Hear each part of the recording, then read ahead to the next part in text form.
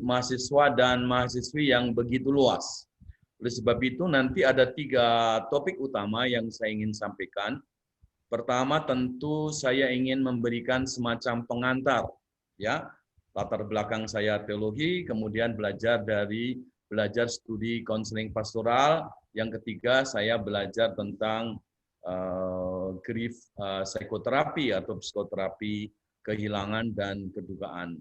Nah, apa yang saya alami, apa yang saya lakukan, apa yang saya persiapkan untuk menolong diri saya menjadi seorang konselor itu tentu akan sangat mempengaruhi pikiran-pikiran saya.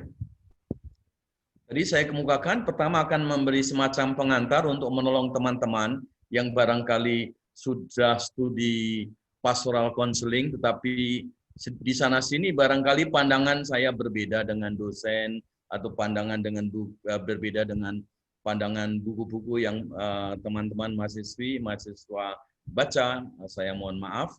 Sebab itu saya ingin memberi pengantar sedikit. Kemudian sesudah itu saya ingin memberi semacam postulat-postulat barangkali, asumsi-asumsi untuk pemberdayaan masyarakat. Nah, kalau kita bicara mengenai pemberdayaan masyarakat, tentu titik fokus saya adalah pemberdayaan dari sisi mental tadi yang sudah dijelaskan oleh pemateri sebelumnya. Saya tidak bicara hanya mengenai kesehatan mental, tetapi sejarah kehidupan saya menggabungkan antara psikospiritual. Saya menggunakan istilah psikospiritual. Jadi gabungan antara psikologi, faktor mental, dan faktor spiritual manusia. Yang ketiga, di sana-sini tadi saya akan memberi tips-tips sedikit tentang bagaimana melakukan pendampingan. Tentu fokusnya bukan pada masalah usaha-usaha bunuh diri yang sedang menjadi viral atau trending topik di Tanah Toraja, tetapi saya memberi tips-tips secara umum, tetapi nanti di sana-sini akan saya sebutkan juga, baik melalui topik pemberdayaan masyarakat dan juga konseling pastoral individu atau pendampingan pastoral individu yang mungkin akan saya kaitkan dengan masalah-masalah yang sedang viral atau trending topik di Tanah Toraja dan sekitarnya. Inilah judul yang diberikan kepada saya. Kita akan bicara mengenai pancapilar seperti Pancasila, ya, Pancasila konseling yang menjadi dasar, tonggak dasar pemikiran konseling saya. Kemudian nisbah pendampingan dan konseling, tadi sudah sedikit saya singgung. Kemudian fungsi konseling, kemudian pemberdayaan individu dan community, ya.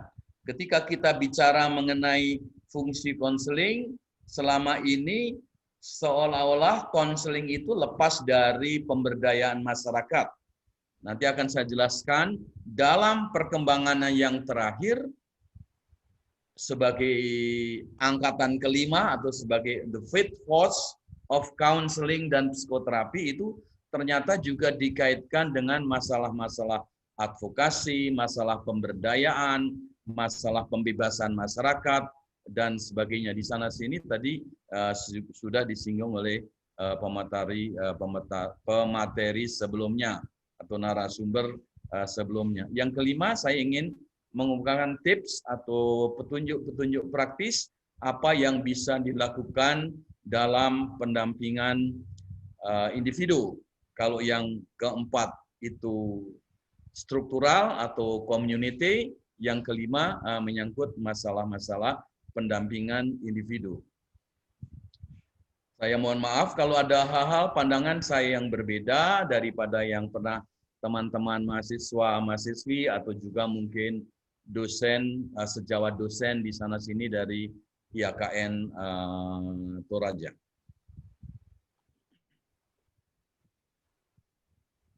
Jadi ketika kita bicara mengenai konseling, saya bicara mengenai konseling secara umum dulu. Pilar teologisnya, saya menggunakan inkarnasional. Saya tidak lagi mendasarkan pemikiran-pemikiran teologi saya tentang konseling berdasarkan pada shepherding atau penggembalaan. Ya, kalau saya diminta review jurnal Indonesia yang mau dimuat, saya diminta beberapa sekolah teologi untuk membuat review. Rata-rata karya atau pekerjaan kita mendampingi orang lain, tadi Pak Pendeta yang sudah menjadi narasumber pertama menyebut kata pendampingan itu, rata-rata masih didasarkan pada penggembalaan. Nah, saya mendasarkan diri pada teologi inkarnasional, artinya teologi bagaimana Allah menjelma menjadi manusia.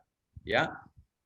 Kemudian pilar sosiokultural, caring itu dari bahasa Inggris, kalau saya terjemahkan menjadi kepedulian, Allah yang peduli, ada nyanyian begitu kan.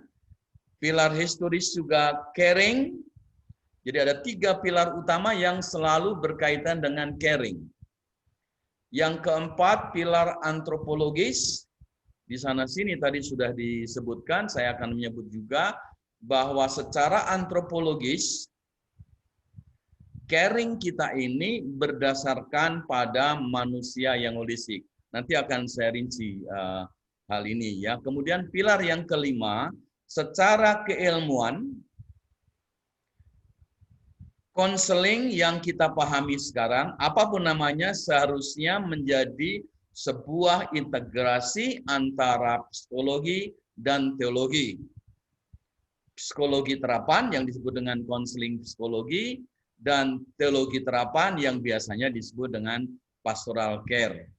Nah, saya kira dalam buku-buku saya, teman-teman, mahasiswa-mahasiswi dari AKN, juga sejawat dosen dan seluruh pejabat struktural AKN Toraja, saya kira bisa melihat hal ini lebih rinci dari buku yang di sana-sini saya tulis.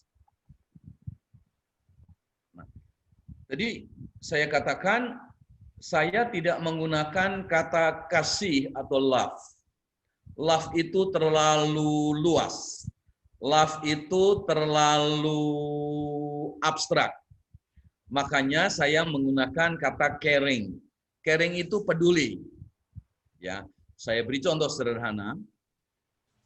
Saya pergi ke supermarket, saya antri di kasir, saya melihat di belakang saya ibu-ibu ini kurang apa ya, menurut penglihatan saya, dari pakaiannya, dari belanjanya, itu kurang.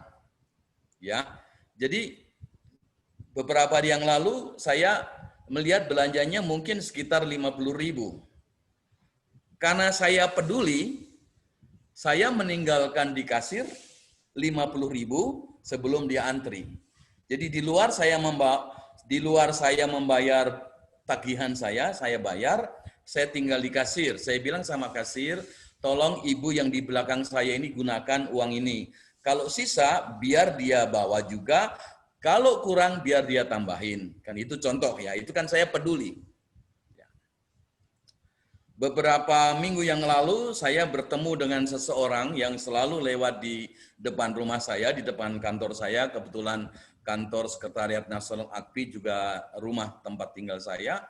Ada seorang yang memakai baju rapat, gurga namanya ya, dari atas ke bawah rapat, pokoknya sepatu semua rapat. Jadi saya mulai berpikir, kenapa dia sendiri ya? Itu kalau sesuai dengan tradisi di Timur Tengah, seorang perempuan, saya lihat dia masih muda, biasanya kan tidak boleh berjalan sendiri, harus ditemani oleh mukrimnya, suaminya atau orang lain yang menemani seorang laki-laki. Ya, jadi ketika selalu saya berjumpa, saya jalan kaki, bertatap muka dengan dia, saya bingung. Baru seumur-umur ini saya bergumul mau menyapa atau tidak. Padahal sebenarnya kan sudah sering, ya itu sudah sering bertemu dengan orang semacam ketika naik motor, ketika naik pesawat, ketika di terminal dan sebagainya. Jadi suatu waktu begitu berhadapan dengan saya peduli dengan dia. Saya menyapa. Itu pergumulan saya ya kan, itu kan dianggap nanti ini dia mungkin, maaf ya kalau saya sebut, mungkin orang kelompok teroris yang jalan kaki pagi sedang cari mata-mata, siapa tahu teroris mau bunuh saya juga sebagai seorang pendeta kan gitu ya. Jadi saya sapa dia. Selamat pagi, Mbak. Ternyata dia jawab. Ya, itu kan muncul dari kepedulian saya yang selalu lewat di depan rumah sakit dan berulang-ulang saya sapa dan ternyata dia menjawab sapaan saya. Ya. Nah, puasa ini tidak kurang bertemu dia di jalan ya, tapi awal puasa masih ketemu. Di sini kan kepedulian saya sebagai sesama manusia yang dia menggunakan pakaian yang tidak biasa di lingkungan kami, dia berjalan sendirian, padahal sebenarnya menurut tradisi perempuan semacam itu harus ditemani oleh suaminya atau orang laki-laki. That's caring. Ya, banyak contoh teman-teman saya kira melakukan hal yang sama, caring. Menyapa orang di kendaraan, menyapa orang di supermarket ketika belanja, menyapa ketika di base, menyapa ketika di angkutan kota dan sebagainya. Saya kira itu bagus. Mungkin hanya sekedar selamat pagi, selamat sore, selamat siang, ya dan sebagainya. Jangan gunakan kata salam karena salam kan khusus Kristen dan itu kan terlalu berbau Yahudi. Mungkin di Indonesia nggak cocok ya kata salam. Ya. Jadi Allah itu peduli, itu kunci. Makanya dia menciptakan manusia, maka menciptakan Adam dan Hawa. Adam dan Hawa ada pikirannya tadi yang sudah dijelaskan oleh Pak Pendeta narasumber sebelumnya. Ada pikirannya, ingat tidak hanya pikiran loh, hati juga loh. Harus diperhatikan hatinya kan, perasaannya. Nanti akan dibicara. Ada tangannya loh. Ada matanya, ada hidungnya, ada mulutnya, ada kaki, ada perut, semua lengkap kan. Itu kan karena Allah peduli. Baik laki-laki maupun perempuan diberi hal yang sama. Ya tidak kurang dan tidak lebih. Dari sisi teologi feminisme, itu berarti laki-laki dan perempuan sama. Laki-laki di keluarga tidak lebih tinggi, ya.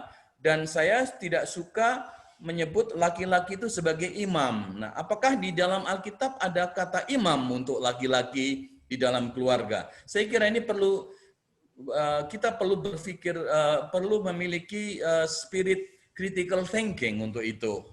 Ya, mungkin kalau di Islam itu biasa karena harus memimpin sholat. Yang laki-laki itu memimpin sholat, yang perempuan tidak boleh menjadi makmun, tidak boleh menjadi imam kan di situ ya. Saya kira di situ.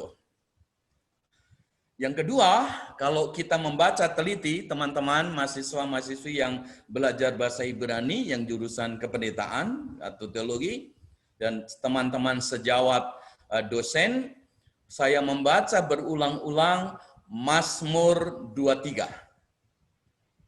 Saya bertanya kepada 3 ahli perjanjian lama, yang sudah sepuh, guru besar, yang agak muda, usia 40, yang usia 30.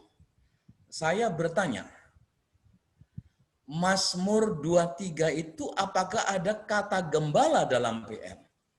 Ternyata mereka jawab semua, tidak ada. Yang ada itu Yahweh Roi, kalau saya tulis di situ ya, El Roi. Ternyata kalau diterjemahkan itu bukan gembala, diterjemahkan adalah teman seperjalanan, companion, atau sojourner kalau dalam bahasa. Dan itu tidak sama sekali tidak ada kaitan dengan gembala, manusia menggembalakan domba, hewan dan sebagainya. Teman. Sehingga itulah saya memindahkan paradigma yang saya pakai, dasar Alkitab saya pakai dari Yohanes 10 ke Yohanes 1 dan 3.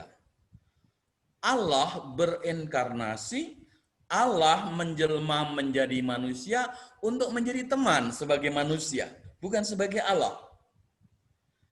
Yesus sangat jelas begitu, ya kalau saya terjemahkan bebas ya, Allah begitu peduli akan manusia dan dunia, oleh sebab itu, itu bunyinya kalau saya terjemahkan secara bebas, ya. Nah, tapi di situ juga bukan karena menjadi gembala, Yohanes 1 dan Yohanes 3. No, menjadi manusia untuk menjadi teman seperjalanan. Contoh yang paling nyata, teman-teman semua dan sejawat YKN, gambar yang paling sempurna dari pandangan saya adalah bukan Yohanes 10.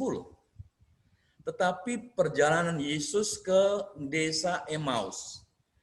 bagaimana sesudah kebangkitannya, Yesus mendampingi murid-muridnya, khususnya 2 murid yang mengalami kedukaan yang sangat dalam ini. Yesus hadir di perjalanan itu dan mengikuti perjalanan. Ya kan? Yesus di situ berkhotbah, tapi murid-muridnya nggak mendengarkan. Nah, rupanya Yesus juga belajar dari diri sendiri bahwa ternyata berkhotbah itu keliru. Kamu nggak nggak ini ya itu kan. Tuhan Yesus kan menilai kamu tuh orang yang bodoh ya kan gitu. Kamu tuh orang yang tegar tengkuknya. Tetapi sesudah itu Yesus, murid-muridnya begitu asik bercerita tentang perasaannya, bukan hanya pikirannya ya. Pikirannya sudah tahu bahwa Yesus sudah bangkit, tapi perasaannya masih begitu dalam kedukaan dan rasa kehilangan dan kedukaannya. Malah mereka marah kepada Tuhan Yesus kan. Apakah Anda satu-satunya orang di Yerusalem yang tidak tahu yang terjadi? Kemudian Yesus berkhotbah, sedikit berdebat bahwa dia sudah bangkit, tetapi murid-muridnya nggak mendengarkannya. Tidak memahami apa yang dikemukakan oleh Tuhan Yesus. Yesus diam kembali. Yesus diam, ya kan? Nah itu, diam, jalan, sampai di desa Emmaus, Yesus pura-pura mau terus jalannya. Tetapi murid-muridnya 2 ini mendesak dia untuk masuk. Begitu, Yesus tidak mengatakan apa-apa, tidak berkhotbah apa-apa, ayo makanlah katanya kan. Begitu Yesus berdoa untuk makan itu, dan murid-muridnya terbuka. Luar biasa. Dengan kata lain, sebenarnya teman-teman mahasiswa-mahasiswi, teman sejawat dosen di AKN Tanah Toraja, pendampingan tidak selalu menggunakan kata-kata. Yesus sudah berapi-api, berkobar-kobar, cerita tentang nabi ini, nabi itu, nabi itu. Tetapi hatinya murid-murid masih diselimuti dengan rasa kesedihan, kedukaan yang dalam, dan tidak masuk. Dan Yesus mendengarkan cerita mereka, terus mendengarkan cerita. Sebelum mereka itu juga Yesus mendengarkan, kemudian Yesus berkhotbah sedikit, kemudian mendengarkan lagi. Karena Yesus gagal, khotbah Yesus gagal, maaf ya. Saya terjemahkan ini orang konseling pastoral mungkin berbeda dengan tafsir, nanti saya dikutuk nih sama pendeta, kok khotbah Yesus gagal? Tapi memang gagal. Yesus bersabar kembali mendengar itu. Dan ketika kita mau menjadi seorang pendamping, tadi dikemukakan oleh narasumber sebelumnya, ya kita harus bersabar. Ada waktunya tepat untuk mengatakan sesuatu, ada waktu yang tepat untuk melakukan, bertindak sesuatu. Nah, bertindak itu istilah konseling kan intervensi. Melakukan intervensi. Ini teman-teman semua dan sejawat, ya. Nah, dengan dasar pemikiran itu berarti sebenarnya semua manusia, termasuk ibu-ibu yang belanja di belakang saya tadi, ya, apakah dia Islam, saya juga tidak perlu tanya, apakah dia Buddha, apakah dia waktu itu dia nggak pakai jilbab, saya juga nggak memperkirakan, apakah dia Kristen, saya juga nggak perlu tanya, Kristen apa gereja apa, saya nggak perlu. Tetapi peduli saya tinggal uang 50.000 di kasir itu. Ya, dan masih ingat ketika ibu tuh keluar, saya masih parkir, ibu tuh keluar karena di belakang saya, dia juga nggak bilang terima kasih kepada saya, nggak apa-apa, saya nggak marah. Tapi ketika saya di kasir, dia sudah bilang terima kasih. Dia nggak peduli saya masih di parkiran atau tidak, dia jalan aja. Tapi itu muncul dari perhatian genuine saya. Saya tidak ragu-ragu. Tapi saya sedikit ragu-ragu ketika mau menyapa seseorang yang pakai pakaian penuh tadi. Saya tanya tidak, saya berani enggak, saya coba. Dan saya coba. Dan itu berarti kalau semua manusia adalah pindai itu scan ya. Kalau dulu kan citra, saya menggunakan istilah digital nih, cyber, pindai, di scan. Jadi manusia adalah scan. Scan bukan dagingnya, tidak mungkin. Zat Allah itu kita persis ya. Tetapi karakternya, tadi Bapak Pendeta tadi mengatakan karakternya adalah caring. Mungkin temperamennya juga caring aslinya. Kita ini semua aslinya caring. Kalau nggak caring itu berarti itu kita sedang kehilangan temperamen asli kita. Kalau menggunakan tadi ya. Personality kita juga caring. Jadi temperamennya caring, karakternya caring, personality-nya juga caring. Tidak ada perubahan. Semua orang. Oleh sebab itu teman-teman semua, teman-teman mahasiswa dan sejawat pasti di setiap komunitas manusia, apapun namanya, bangsa Toraja, mau disebut suku Toraja, suku Bugis, suku Banjar, orang Ambon yang tinggal di negeri Ambon, orang dan seterusnya, orang Jawa, orang Batak, orang Nias, orang Barbar misalnya, ya semua pasti ada bekas-bekas telapak Tuhan bahwa manusia adalah sken pencipta. Bahwa setiap komunitas pasti masih ada bekas-bekasnya. Bekas-bekasnya itu sederhana. Misalnya menciptakan adat, kebiasaan, mungkin ada cerita rakyat, folk tales misalnya, ada mitos, ada legenda, yang semua menggambarkan bahwa komunitas apapun namanya adalah caring. Dan itu sesungguhnya kalau kita mau lihat ya semua komunitas manusia dimanapun berada, apapun namanya, apapun agamanya adalah merupakan caring community. Gereja, orang Kristen, komunitas Kristen, apapun alirannya, apapun denominasinya, apapun tarikatnya, mengambil bagian dari caring community seluruh dunia secara universal. Dan menambahkan kekhasan Kristen adalah caring orang Kristen berdasar pada karya Tuhan Yesus. Dan ini penting perlu kita pegang. Kalau begitu, caringnya Kristen ada kesamaannya dengan orang lain, ada juga perbedaannya. Basisnya, dasarnya berbeda. Dan historis, Tuhan melakukan itu. Tadi sudah diberi perumpamaan orang Samaria yang baik hati. Nah, pikiran kita kan orang itu dibawa ke rumah penginapan. Teman-teman semua, Bapak Ibu, yang dimaksud dengan rumah penginapan itu sebenarnya semacam shelter. Shelter untuk orang yang mengalami kecelakaan. Dulu belum ada rumah sakit ya. Jadi itu semacam tempat. Tempat dipakai untuk kegiatan agama, tempat dipakai untuk belajar Alkitab, membaca kitab bahasa Ibrani, karena bahasa Alkitab dengan bahasa Ibrani sekarang berbeda, tapi juga dipakai untuk tempat menampung orang-orang yang dirampok. Jadi jangan dibayangkan itu seperti hotel atau motel zaman sekarang atau penginapan sekarang. No, itu tempat shelter.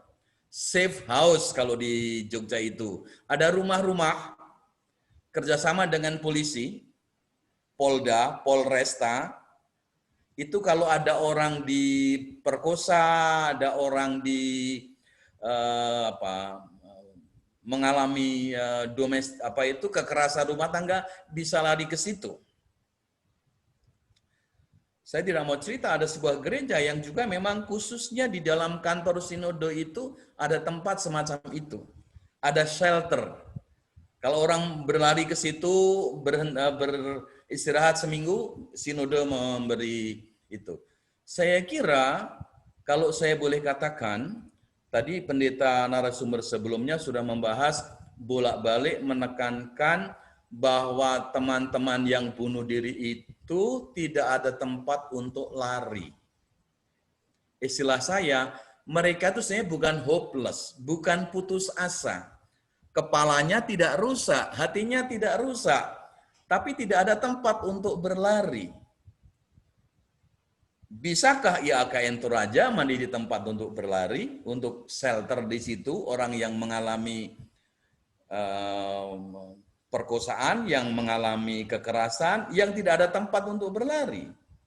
Bisakah gereja-gereja lokal di sinode sudah ada, saya pernah mendengar itu sudah ada, apakah di klasis, apakah di jemaat, Kalau ada orang yang putus asa, tidak ada tempat menolong, bisa nggak lari ke pendeta? Pendeta punya waktu nggak untuk mendengarkannya, cerita-ceritanya? Ada tempat di pastori yang bisa dipakai untuk tinggal, ada enggak? Apakah gereja juga memang hanya membuat pastori untuk pendeta dan anak-anaknya, atau juga tempat untuk mendengarkan cerita supaya tidak didengarkan oleh suami pendeta kalau pendetanya seorang perempuan, atau istri pendeta, atau anak-anaknya, atau keponakannya, atau siapapun yang ikut pendeta di pastori itu. Saya kira ini penting, ya. Para rasul, Bapak Ibu Gereja Perdana meneruskan caring. Tanpa caring, tanpa saling memedulikan, abad pertama, kedua, ketiga, gereja pasti sudah habis. Ketika mengalami kesengsaraan yang berat, pengalaman saya sendiri, ketika saya stres di luar kemampuan saya tidak butuh khotbah. Saya tidak butuh petunjuk-petunjuk moral. Saya tidak perlu dogma-dogma, saya tidak perlu liturgi. Yang saya perlukan adalah orang yang bersedia duduk di samping saya. Itu pengalaman saya mendampingi orang-orang yang HIV/AIDS, orang-orang yang tidak dipedulikan. Maaf ya kalau saya sebut orang-orang lesbi yang dibully, orang-orang gay yang dibully. Ya, maaf saya tidak setuju soal lesbi atau itu, tetapi ini kenyataan yang nyata. Ya, orang-orang yang mengalami gangguan jiwa yang kita sebut sering gila, ya, siapa yang memperhatikan? Dan saya kira di situ Yesus memberi contoh.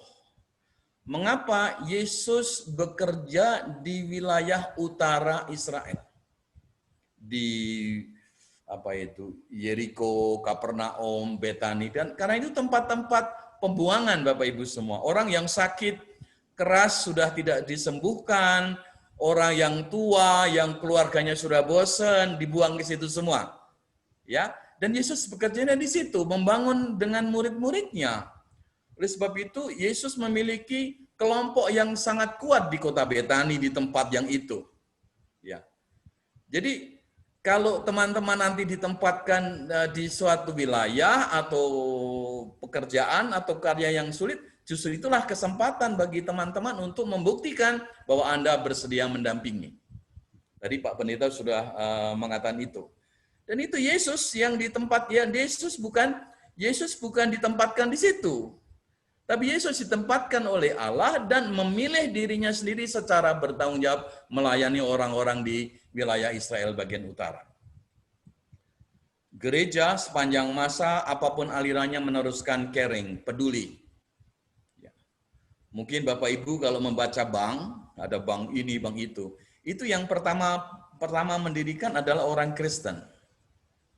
Rumah sakit itu awalnya semua didirikan oleh gereja. Perusahaan asuransi aslinya juga didirikan oleh gereja. Karena itu semua akarnya adalah caring, peduli. Koperasi, semua yang mendirikan adalah gereja aslinya. Sekarang sudah lepas dari gereja untuk bisnis, kan begitu.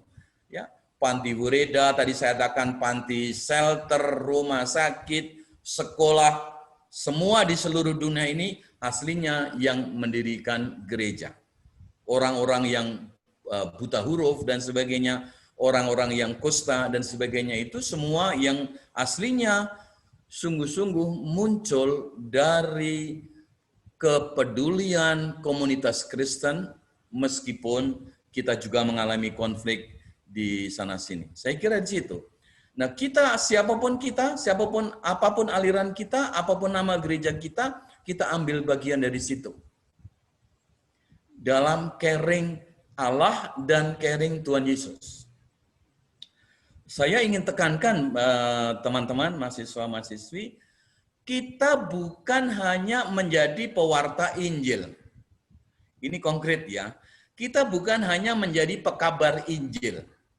Kita bukan hanya menjadi penginjil. Sudah banyak penginjil, sudah banyak pekabar Injil, sudah banyak yang khotbah tentang Injil, tapi masih sedikit orang yang melakukan Injil.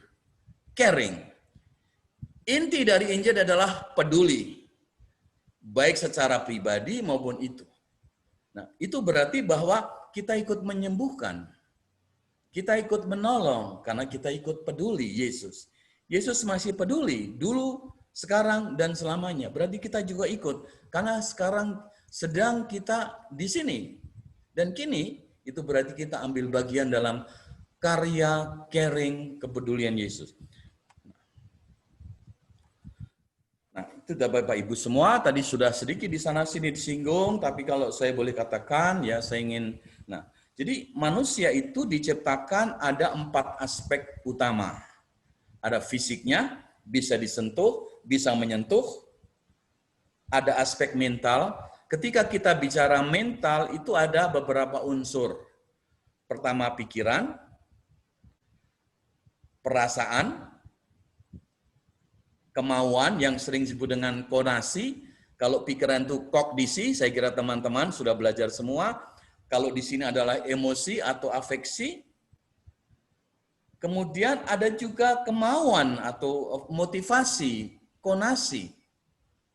Dan ada juga perilaku, aksi. Ya, jadi ada beberapa faktor yang bisa dimasukkan ke dalam mental. Jadi ketika kita bicara mengenai kesehatan mental, bukan hanya pikiran, tapi juga perasaan. Tapi juga kemauan orang itu. Tapi juga perilaku, aksinya bagaimana. Mungkin juga termasuk ujaran-ujarannya. Kan gitu ya. Nah, inilah 4 aspek yang saling terkait satu dengan yang lain, saling mempengaruhi fisik, mental, sosial, spiritual. Juga aspek sosialnya.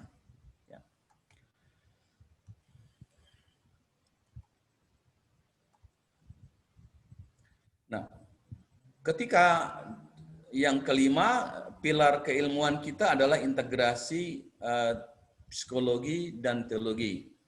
Nah, teman-teman yang prodi konseling pastoral atau pastoral konseling mungkin sudah mendalami itu.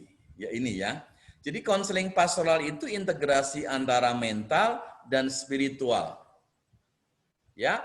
Jadi orang yang belajar konseling pastoral atau pastoral konseling itu satu kakinya di mental, satu kaki yang lain di spiritual.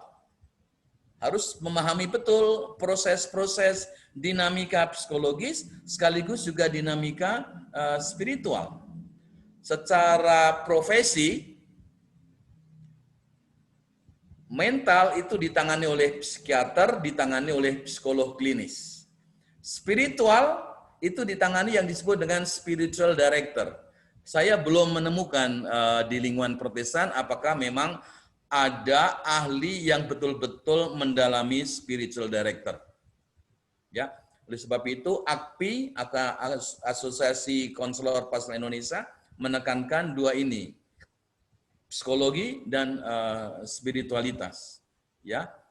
Dan itu berarti seorang konselor pastoral profesional harus memperhatikan dinamika psikologi kaitannya dengan dinamika spiritual. Ingat, spiritualitas tidak terkait langsung dengan kegiatan-kegiatan yang sering kita sebut dengan kegiatan rohani atau kegiatan gerejawi. Saya kira ini mengingat waktunya. Jadi kalau begitu antara pendampingan dan konseling ya, saya terjemahkan pendampingan karena kalau caring disebut perawat itu sudah ada profesi keperawatan di Indonesia. Jadi caring makanya saya terjemahkan sebagai istilah pendampingan. Pendampingan itu umum. Dilakukan oleh siapapun yang tidak punya keterampilan, tidak profesinya bukan konselor pastoral, kapanpun dan dimanapun. Saya pikir teman-teman mahasiswa-mahasiswi, apapun prodinya, punya caring di sini. Yang penting tunjukkan kepedulian Anda. Khususnya orang-orang yang membutuhkan pertolongan, yang di dalam bahasa Inggris disebut dengan vulnerable population. Penduduk-penduduk, individu-individu, pasangan, keluarga yang gampang terluka karena berbagai masalah. Ya. Caring itu berarti menangani masalah-masalah yang tidak kompleks dan ditangani oleh orang-orang yang memiliki pengetahuan dan keterampilan terbatas. Kalau sejarahnya asli, pastoral care atau pendampingan pastoral berarti dikaitkan dengan kepedulian pastor. Caring macam mana yang memiliki pastoral? Ya, pastor yang peduli akan dinamika kehidupan warga dan masyarakatnya.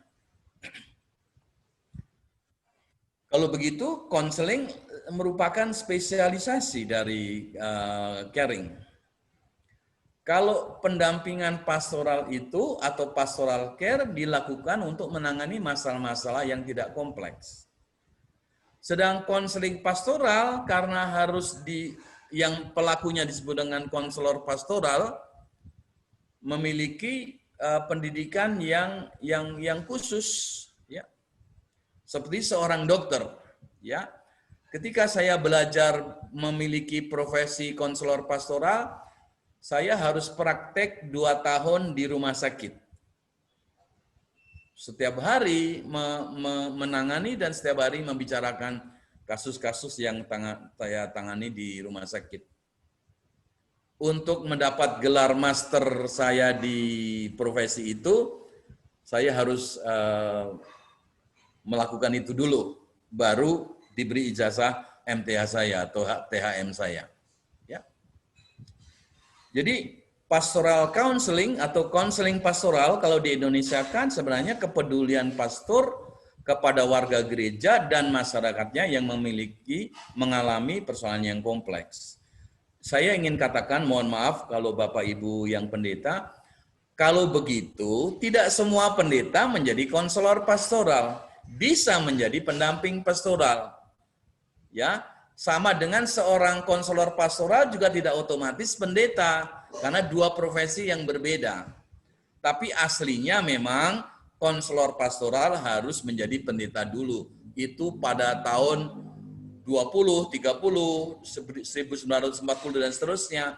Tapi dalam perkembangan yang terakhir, konselor pastoral tidak harus seorang pendeta, ya, bisa bruder, bisa suster, bisa seorang awam dan sebagainya, ya. Dan sekali lagi, konseling pastoral counseling adalah layanan profesional. Hubungannya formal, kontraktual, sistematis, ada tahap-tahapnya, ada metodenya, pendekatan yang mana, ya, ada banyak pendekatan di psikologi ini, tapi juga bertanggung jawab, ada kode etiknya, ada rambu-rambunya. Nanti sedikit saya akan bicara mengenai rambu-rambu pendampingan.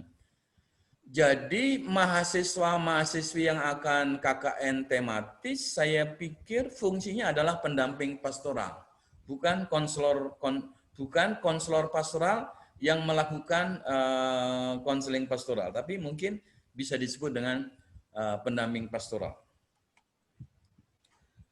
Saya kira ini bisa piramidanya di situ, ya. Tadi saya kemukakan semua orang adalah pendamping secara eksistensial. Kemudian pendampingan bisa dilakukan secara fungsional. Orang-orang yang memiliki profesi lain seperti pendeta, tetapi bukan konselor pastoral, bisa juga melakukan pendampingan pastoral. Apakah pendeta boleh melakukan konseling? Boleh. Tetapi dia bukan otomatis konselor pastoral. Dia bisa memakai konseling sebagai nilai tambah kepada jabatannya. Kecuali memang dia mempunyai kuliah dan pendidikan profesi konselor pastoral. Sejauh yang saya tahu, kebanyakan di Indonesia atau IAKN juga memang ada S1-nya pastoral counseling, ya, tetapi saya kira belum ada pendidikan profesinya sebagai seorang konselor pastoral. Nah, bingung kan? Kalau disebut jurusannya pastoral counseling, mestinya profesinya pastor konselor ya atau apa, ya kan gitu. Tapi ternyata lulusannya konselor pastoral juga, kan lucu itu. Maaf ya, teman-teman sejawat dosen, mudah-mudahan nomenklatur ini bisa diubah. Nah, inilah konseling pertolongan profesional. Teman-teman yang ingin melihat lebih jauh, ada buku yang terakhir yang saya terbitkan, baru direvisi tahun 2021 ini, baru terbit 2 minggu yang lalu. Kalau mau membeli atau memilikinya atau cek isinya apa, bisa diskusi dengan saya. Di bagian bawah materi, saya tulis alamat saya, email saya, HP kantor Asosiasi Konselor Pastoral. Ya, nanti kalau ini bisa dibagi dan file untuk apa yang saya sampaikan, presentasi saya sudah sampaikan ke panitia Pak Fajar dan Pak Fajar, sudah saya sampaikan ke Pak Fajar. Sorry. Nah, kenapa saya kemukakan ini, teman-teman semua? Saya ingin kaitkan konseling dengan pemberdayaan masyarakat. Teman-teman yang belajar konseling pastoral atau pernah melihat belajar psikologi, kita bisa melihat aliran-aliran atau gelombang. Ada 6 gelombang. Gelombang pertama adalah psikoanalitik, fokusnya pada pengalaman masa lalu yang dibenamkan. Tadi Pak narasumber sebelumnya, pendeta kalau nggak salah Hilkia, itu menggambarkan itu ya, ada gunung es, luarnya sedikit, dalamnya besar. Ya. Behavior, bicara soal perilaku. Berulang-ulang Pak Pendeta tadi mengatakan pikiran. Kalau fokusnya pada pikiran itu berarti alirannya behavior. Tadi saya bicara soal perasaan, humanistik itu bicara soal perasaan sekarang. Ya, kurang memperhatikan masa lalu, kurang memperhatikan perilaku, tapi memperhatikan perasaan. Multibudaya, memperhatikan budaya lingkungan yang kita tolong. Tadi saya katakan, pendamping itu sering di lingkungan tertentu, di rumah sakit, di rehabilitasi gangguan jiwa, sering disebut dengan caregiver. Orang yang memberikan kepedulian atau pemeduli kalau mau diterjemahkan bahasa Indonesianya ya. Nah, yang kelima adalah gelombang social justice. Jadi teman-teman semua, mahasiswa-mahasiswi, gelombang kelima dari konseling, termasuk konseling pastoral, fokusnya adalah pada pemberdayaan. Kalau dikatakan pemberdayaan itu berarti fokusnya pada penyadaran atau raising awareness. Maaf saya beri contoh sederhana ya. Tanggal 31 Mei kan adalah World No Tobacco Day, hari tanpa rokok sedunia. Mungkin nanti di lapangan kalau teman-teman di gereja bisa melakukan survei sederhana. Gereja atau kelompok tertentu itu jumlah perokoknya berapa sih? Kalau mau dikaitkan dengan tanggal 31 Mei, mungkin itu kan sehat mental. Sehat mental sebaiknya mengurangi rokok atau tidak merokok sama sekali. Ya, menjadi anggota AKPI tidak boleh merokok misalnya, karena merokok itu tidak sehat. Tapi merokok bukannya tidak sehat, tetapi itu ketidakadilan sosial juga. Ada social justice. Yang membeli rokok, yang merokok itu adalah orang-orang kecil, orang-orang miskin, nelayan, petani, buruh yang sederhana. Tetapi yang membuat mereka menjadi miskin terus. Yang menjadi kaya adalah pemilik rokok. Pemilik perusahaan rokok di Indonesia itu termasuk 10 orang terkaya di Indonesia. Ya, bukan hanya di Indonesia, di dunia juga. Ya, di sini ada raising awareness. Ini bukan hanya soal sehat mental, tetapi juga tidak sehat secara sosial. Harus ada transformasi sistem sosial. Harus ada perda. Nah, kalau sudah perda, peraturan daerah, pergub, perbub, wali kota itu menyangkut masalah politik yang lebih luas. Saya kira paling tidak teman-teman saya harapkan juga raising awareness. Nah, mungkin gereja perlu dibantu dengan fokus group discussion, gimana sih cara mengurangi orang merokok di sini. Dilihat dari mental, dilihat dari spiritual, dilihat dari sisi Alkitab, dilihat dari sisi ekonomi, sosial, dan sebagainya. Saya pikir bisa dilakukan. Mungkin tahun depan lagi kalau ada kelompok KKN tematis yang sama bisa melihat di tempat yang sama orang di gereja itu sudah berapa yang berhenti merokok. Kalau belum berhenti, apa sebabnya? Perlu dievaluasi lagi. Ya, teman-teman semua, saya pikir kalau kita bicara mengenai social justice, mengenai pemberdayaan, ketika masuk di suatu wilayah atau di gereja, coba lihat yang tadi saya sebut dengan vulnerable population. Apakah ada orang-orang yang memang tersingkir di situ? Orang lansia misalnya. Tadi saya sebut orang gay, orang lesbi, saya tidak setuju, orang HIV/AIDS. Mungkin juga tadi dikatakan kesehatan mental. Kalau diukur Bapak Ibu semua, tidak ada orang yang secara 100% sehat secara mental. Yang disebut dengan sehat secara mental adalah kontinum, garis. Mungkin kita hari ini 30% sehat, besok turun, besok naik lagi. Dinamis Bapak Ibu semua. Jadi jangan pikir kesehatan mental itu selalu 100%. Itu enggak ada. Makanya yang penting teman-teman nanti mahasiswa sadar, kira-kira berapa persen sih ini kesehatan mental saya? Apa bisa melakukan sesuatu? Saya kira masih bisa. Lakukan sesuai dengan kondisi Anda semaksimum mungkin. Tetapi ketika masuk di satu wilayah, gereja, silahkan cari apakah ada di situ vulnerable population. Ya, aliran yang keenam adalah spiritual atau yang sering disebut dengan psikologi transpersonal, itu menyangkut individual dan menyangkut komunal. Jadi sehat secara spiritual tidak hanya berkaitan dengan individu.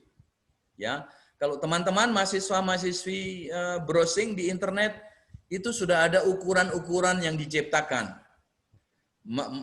Misalnya mau mengukur apakah gereja tempat Anda KKN itu memang sehat atau tidak secara spiritual. Itu semua ada ukurannya. Sudah dibuat oleh para ahli. Ya, sudah dibuat di aplikasi, di program di internet. Sayangnya semua in English, itu kan problem. Nah, teman-teman bisa punya kreasi nih, membuat di situ. Nah, oleh sebab itu saya sarankan juga, saya keliling di AKN, sekolah teologi rata-rata itu kalau penelitian kualitatif. Kalau kita mau menangani masalah betul di lapangan, coba ubah paradigma yang selalu kualitatif, diubah skripsinya, tesisnya menjadi kuantitatif. Ukurannya jelas. Kalau saya bilang saya sehat, ada ukurannya jelas, ada ukuran.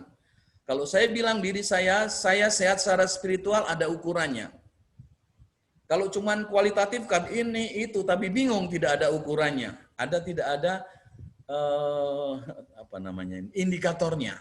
Dan saya kira ini penting bagi sejawat dosen, sejawat struktural juga, saya kira mengubah pola penelitian yang selalu kualitatif menjadi kuantitatif, dan kuantitatif. Dan itu kecenderungan di hampir semua sekolah teologi dan YKM. Tidak berani mahasiswa, katanya sulit. Padahal itu sebenarnya mudah karena sudah ukurannya jelas. Ya kalau belum ada, dicari di internet, semua sudah ada ukurannya. Mau mengukur seorang pendeta Anda sehat nggak secara spiritual, ada ukurannya. Mau melihat spiritual semua tua-tua, ada nggak sehat nggak? Ada ukurannya semua. Jadi jelas. Jadi kita nggak bisa hanya menurut, kamu nggak sehat, tetapi ukurannya apa? Nggak jelas kan? Semua kualitatif, asumsi-asumsi. Nah, dengan kuantitatif ukurannya menjadi jelas. Dan itu tugas saya sebagai pribadi, dan saya mendorong mahasiswa yang tesis, mahasiswa yang skripsi, mahasiswa yang disertasi, kadang-kadang selalu Pak sulit kuantitatif, sebaiknya kualitatif. Saya mengalah karena demi supaya ujiannya segera selesai dan penelitiannya selesai. Nah, ini kaitannya, jadi ada fungsi mencegah juga, ya kan? Nah, mencegah mungkin teman-teman sederhana itu memberi informasi yang sering di dalam psikologi disebut dengan psychoeducation. Tetapi karena fokus kita di gereja juga disebut dengan psycho-spiritual education. Bisa dilakukan secara on-site kalau mungkin, kalau tidak bisa juga secara online. Ini saya beri contoh, poster-poster bisa dibagi, bisa di-Indonesiakan, ya. Ini contoh-contoh. Stop smoking mungkin bisa di bahasa Torajakan atau bahasa apa dan sebagainya, menggunakan cerita rakyat, flyer, ya. Jadi kita tidak perlu khawatir karena COVID kita nggak bisa berjumpa langsung. Masih banyak hal yang bisa dilakukan. Menyapa tadi orang-orang yang vulnerable population yang tidak diperhatikan. Mungkin mereka tidak punya WA, tetapi Anda bisa membuat surat secara pribadi. Menyapa, bagaimana kabar hari ini? Ya. Kalau ada masalah, silahkan cerita kepada saya siap mendengarkan. Itu jauh lebih baik daripada teman-teman semua, mahasiswa-mahasiswi, meneruskan flyer, poster yang sudah dibuat oleh orang lain. Ya. Secara pribadi, jujur saya lebih senang pagi-pagi mendapat WA, bagaimana kabar Pak Toto, apakah Pak Toto sehat atau masih hidup atau setengah hidup, itu sambil guyon-guyon. Itu lebih senang daripada orang lain meneruskan flyer atau poster entah dari mana yang kelihatannya bagus, ya ini semua yang indah-indah, tapi tidak mengena pada hidup saya. Nah, kalau ditanya Pak Toto sudah meditasi belum pagi ini kan mengena ke saya. Tapi kalau itu mungkin ayat-ayatnya juga bagus ya di Alkitab, tetapi itu tidak menyentuh pribadi saya. Itu perbedaannya. Pendampingan adalah sentuhan pribadi, personal. Bisa perorangan, bisa pasangan, bisa keluarga, ya, bisa masyarakat secara keseluruhan. Saya pikir ini sudah ditekankan oleh pemateri atau Pak Pendeta sebelumnya. Nah, yang kedua, promoting. Promoting ini bukan promosi dalam pengertian iklan ya, tapi melatih. Ya. Khotbah sudah banyak, ya kan? Khotbah sudah banyak. Pengajaran, katekisasi sudah banyak.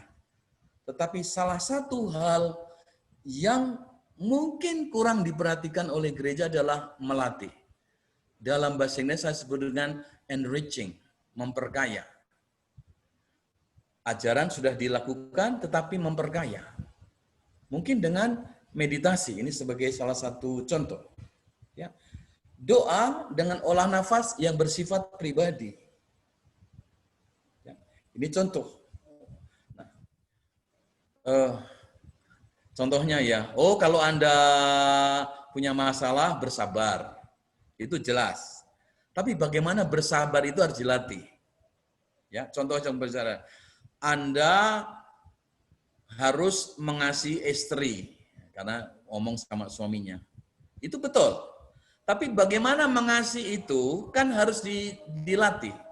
Orang zaman sekarang tidak cukup diomongin, tapi juga harus dilatih. Dan itu tugas gereja yang kedua. Bukan hanya ngomongin, tapi melatih. Nah ini dengan promoting, dengan meningkatkan, ya berbagai-bagai. Ya. Promoting bisa juga dengan kontemplasi. Saya yakin semua orang Kristen di keluarga ada tanda salib. Tapi pernahkah tanda salib di rumah itu betul-betul digunakan untuk olah batin? Seluruh keluarga duduk bersama melihat tanda salib itu, merenungkan betul penderitaan Tuhan, pengorbanan Tuhan misalnya. Secara pribadi bisa dilakukan, ya melalui ini, ya melalui simbol-simbol yang kita miliki. Ya, semua orang punya simbol, tapi tidak pernah digunakan. Ya, Kalau teman-teman ingin lebih dalam mempelajari ini, ingin tahu nanti di lapangan, bisa menghubungi saya dengan WA call atau dengan Zoom atau dengan Skype kalau memungkinkan. Silahkan, karena waktu kita terbatas. Jalan-jalan, kelihatannya sederhana kan? Ini sekaligus ada fisiknya, ada spiritualnya. Saya beri contoh sederhana diri saya. Ketika saya jalan pagi, ya, tadi pagi saya nggak sempat jalan pagi karena ada acara ini kan, saya takut kesiangan, capek dan sebagainya. Biasanya saya minimum pagi keliling kampung 1,5 jam. Jadi sambil saya jalan, melangkahkan kaki, saya berdoa. Doa yang khas untuk saya ciptakan sendiri. Contoh sederhana doa saya, ya Tuhan sehatkan saya. Sambil bernafas, ya Tuhan sehatkan saya. Di sini latihan.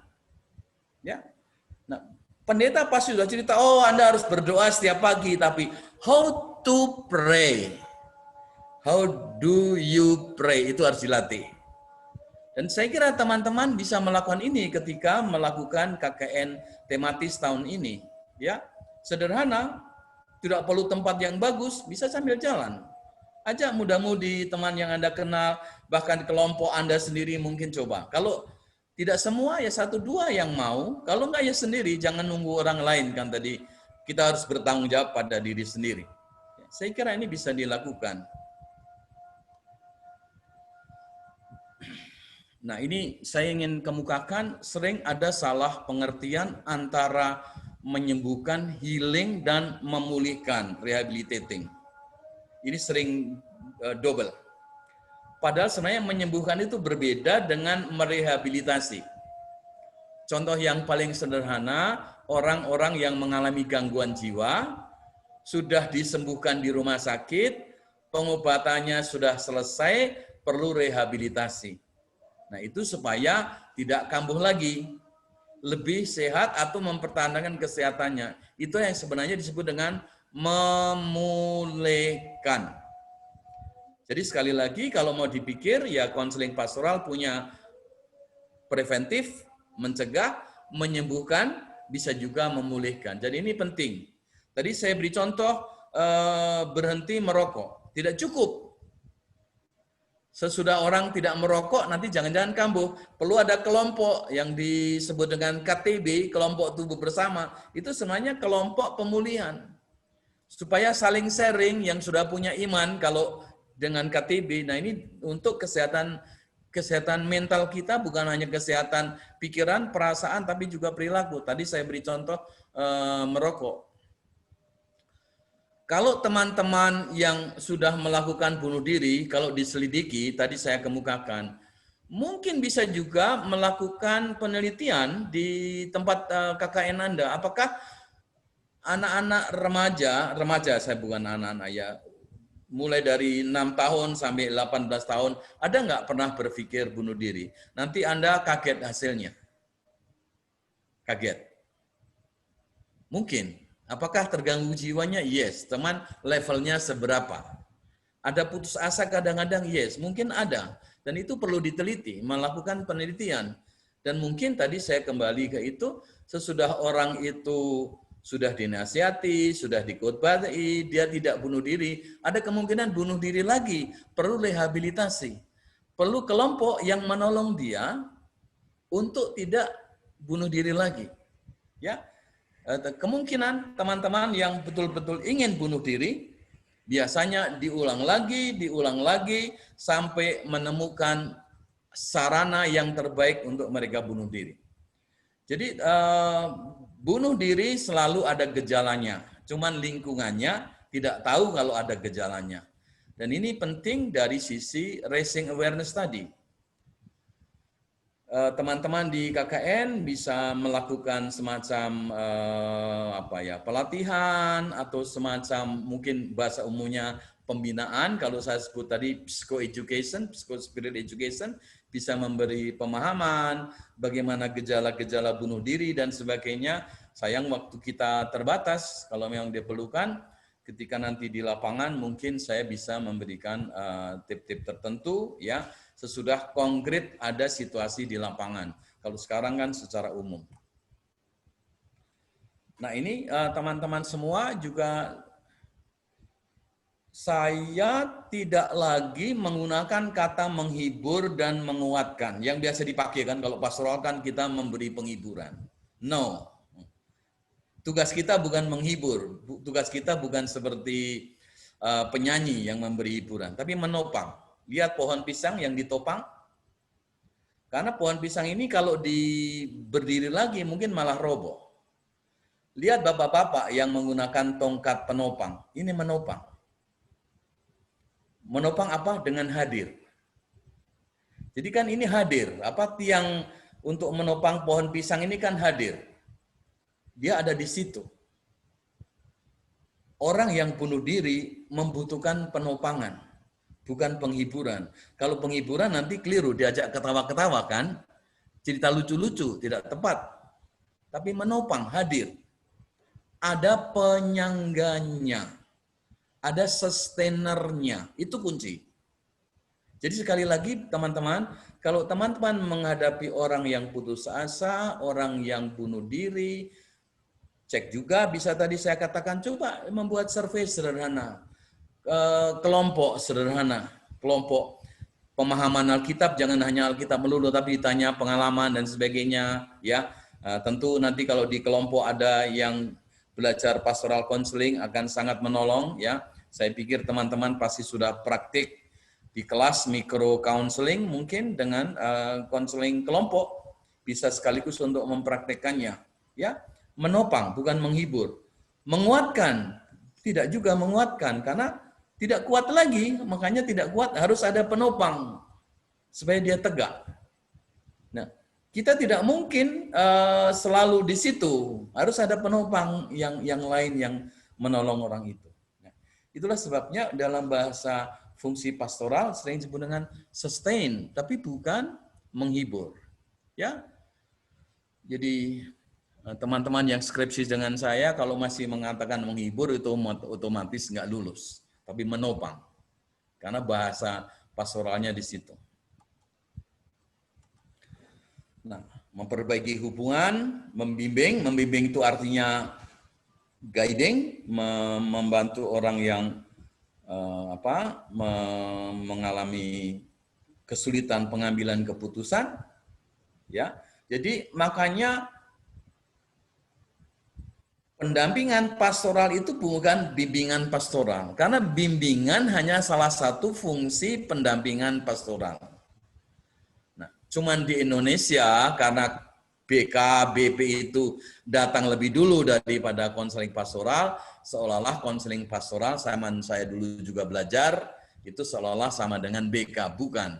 Konseling pastoral, konseling keluarga, bukan turunan anaknya BK. Lahirnya sama. Teman-teman yang ingin belajar sejarah itu, saya kira bisa cek di buku-buku saya. Ya, tadi sudah saya kemukakan, fungsinya adalah membebaskan berguna untuk diri sendiri. Tadi kalau orang yang sudah berhenti merokok, misalnya, saya berhenti betul, saya sehat untuk diri saya sendiri, sehat untuk pasangan saya, istri saya, sehat untuk anak-anak saya, sehat untuk keluarga saya, sehat untuk gereja saya, dan saya bisa menjadi saksi. Saya bisa menjadi volunteer yang menjelaskan bagaimana saya berhenti merokok dan bagaimana sekarang saya lebih sehat merokok. Ya, sama dengan teman yang sudah berusaha bunuh diri, kemudian kita tolong dan dia sadar, dia bisa menjadi pewarta bagaimana caranya mengatasi usaha bunuh diri. Ingat, bunuh diri kalau sudah begitu tidak bisa diselesaikan sendiri, harus ada yang menolong. Nah, teman yang sudah bunuh diri dan teman yang berusaha bunuh diri dan berhasil mengatasinya, dia bisa menjadi contoh. Dia bisa bercerita bagaimana mengatasi bunuh diri dalam kelompok-kelompok. Jadi gunakan juga orang yang sudah punya pengalaman. Maaf kalau di gereja ada orang bercerai, dia bisa juga diminta kalau sudah bisa menerima diri sendiri. Tadi yang selalu diulang-ulang oleh Pak pendeta narasumber sebelumnya sudah menerima diri sendiri, susahnya bercerai, akibatnya cerai, dia bisa bercerita kepada orang lain. Kalau istilahnya teologi menjadi saksi hidup. Itu yang disebut dengan berdaya. Berdaya tidak bercerai lagi, kalau saya pernah cerai, kalau saya sudah merokok tidak pernah merokok lagi, kalau saya mengalami usaha bunuh diri tidak mengalami bunuh diri lagi, tapi juga berguna untuk orang lain. Yang terakhir adalah mengubah, transforming sistem sosial yang tidak adil. Dan ini tadi saya katakan mungkin tahap yang kita bisa lakukan adalah membangkitkan kesadaran. Proses ini akan panjang, ya. Sebagai contoh misalnya membatasi perokok di tempat itu, di satu kabupaten di Jawa misalnya, warung-warung tidak boleh ada iklan merokok. Itu kan perda.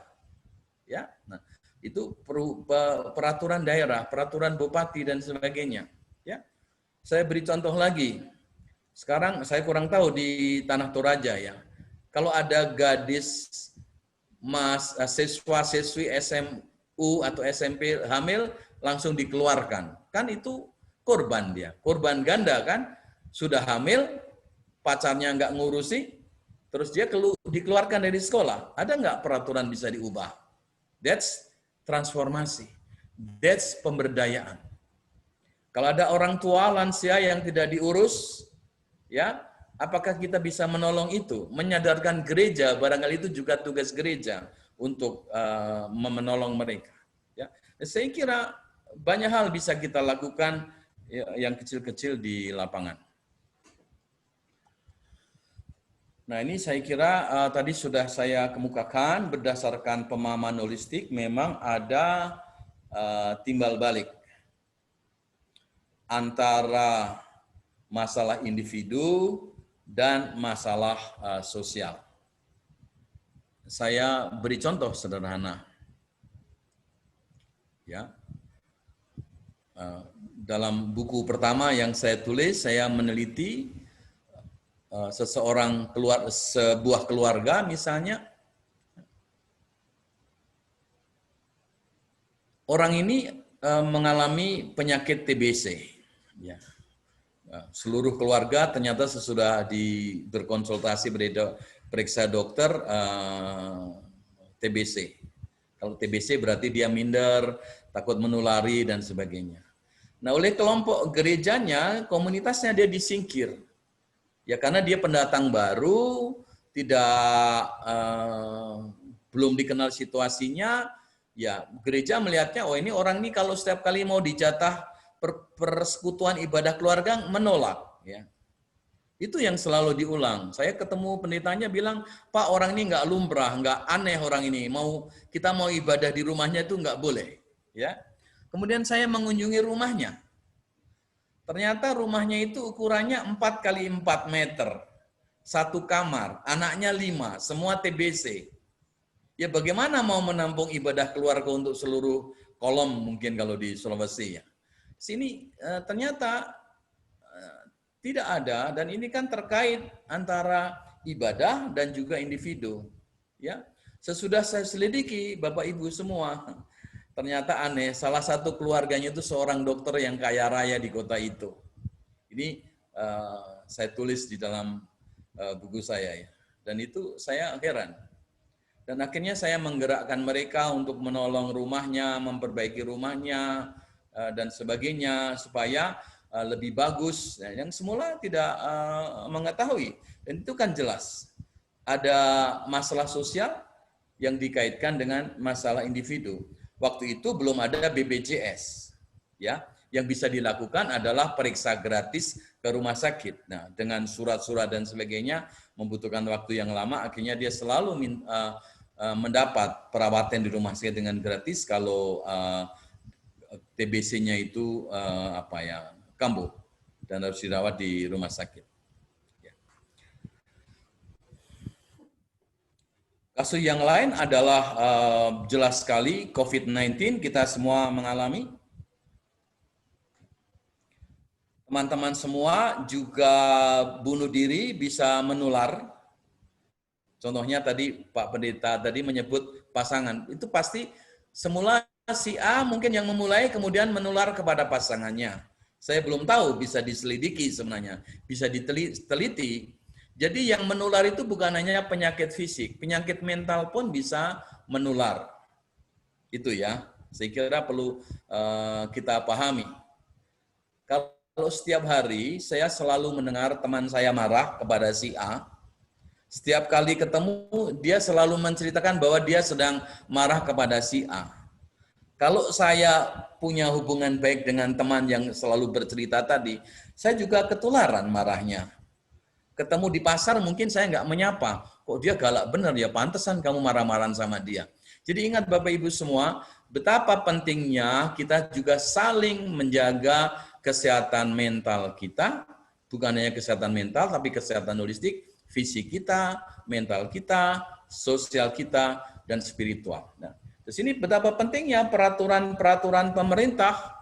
Ya, saya ingin kemukakan kadang-kadang gereja mengumumkan begini, pokoknya sesuai dengan anjuran pemerintah. Kita harus pakai protokol kesehatan. Coba diubah. Teman-teman nanti di lapangan jangan sesuai dengan anjuran pemerintah, sesuai dengan hidup kita sehat.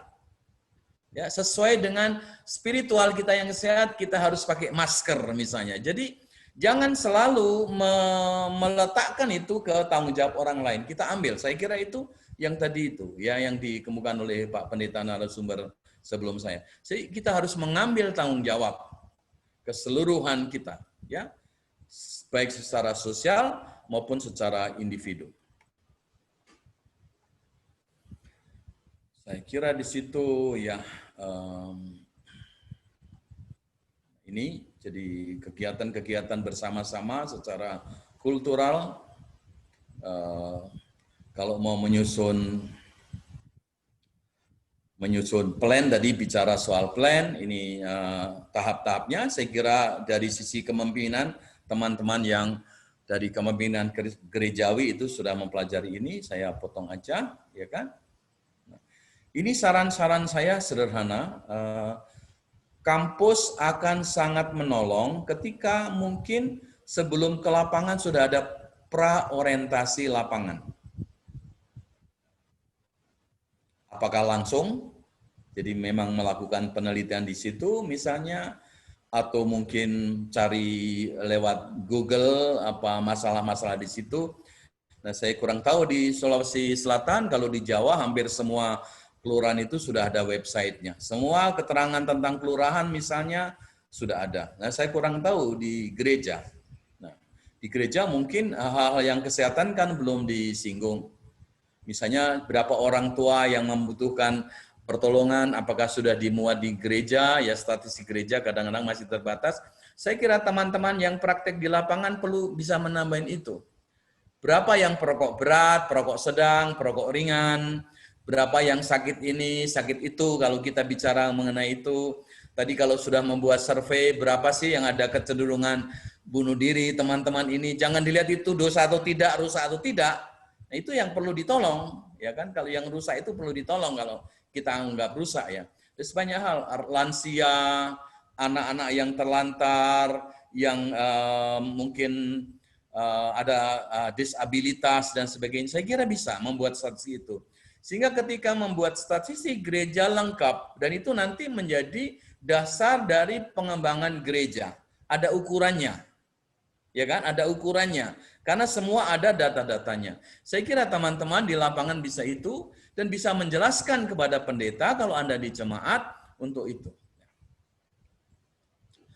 Sangat bagus kalau kampus sudah mengadakan misalnya penelitian itu nanti kalau ada penelitian, kalau belum ini menjadi bisa program penelitian, kan? Ada lebih pada action oriented, ya. Misalnya penelitian metode appreciative inquiry di gereja itu, di masyarakat itu kemampuannya apa sih?